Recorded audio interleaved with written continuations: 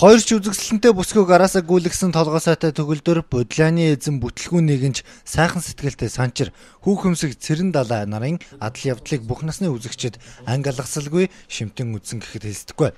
Өнгөрсөн жил хайр дурлал, ажил амьдралын олон адармаатай асуудалтай тулгарч байсан киноны бааtruуд энэ удаад аль хэдийн тогтсон амьдралтай болжээ. Хар багаасаа найдсан тэд нөхөрлөлийнхөө ойг нэжгэр тэмдэглэдэг уламжлалтай.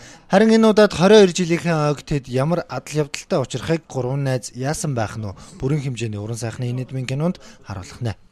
Гурван найз уран сайхны кино маань нэгдүгürt урд нь хийгдсэн олон ангид киногоо бацаад яг тэр зохиолоороо хийгдэж байгаа биш. Цоошин адал явдал цоошин зохиолоор хийгдэж байгаа юм уран сайхны киногоо хийгдэж байгаа.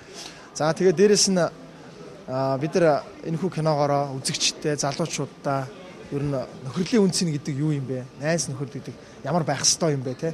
Хүнд ямар нэгэн зүйл тохиолдоход найз нөхөд хажууд нь хамт байх ёстой юм уу, гүм үү гэдэг юм уу?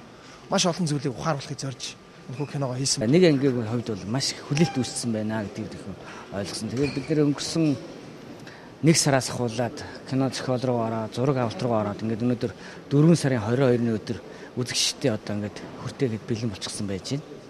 Гурван найз яасан байх нь кинонд Emoz Production-ы залуу жүжигчид тоглохоос гадна X2 Production-ы жүжигчин Батхүү, Туяа, Mask Production-ы Дэлгэр сайхан нар тогложээ. За 250 сая төгрөгөөр бүтсэн энэхүү киноны зохиолыг жүжигчин Тэмүүжин, зохиолч Оргил нар хамтран бичиж, найруулагчаар нь Ганзориг ажилласан байна. Тус киноны 3 дууг бид 4 Lumino, дуучин Цэлмүн Цэцэн нар дуулсан байна.